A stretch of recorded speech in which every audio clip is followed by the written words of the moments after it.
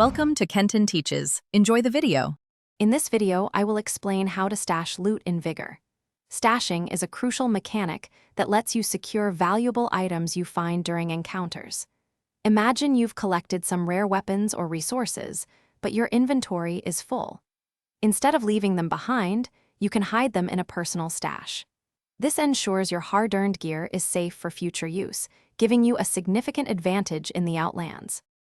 To begin, you'll need to find a suitable stash location.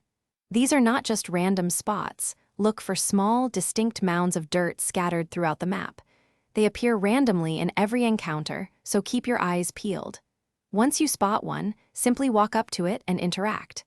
This action will bring up the stash menu, allowing you to manage your items. With the stash menu open, you can now transfer your valuable loot. Navigate to your inventory and choose the items you want to secure.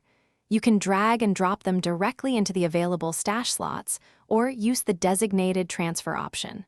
Remember, each stash can hold up to 5 items. Once you've placed everything you want, confirm your selection to complete the process and secure your gear. After a successful encounter where you've stashed items, return to your shelter. From there, you can easily access your personal stash. Look for the designated stash area or option within your shelter's main menu. All the items you successfully stashed during your previous encounters will be waiting for you to collect. This allows you to build up your resources and prepare for future challenges in the Outlands.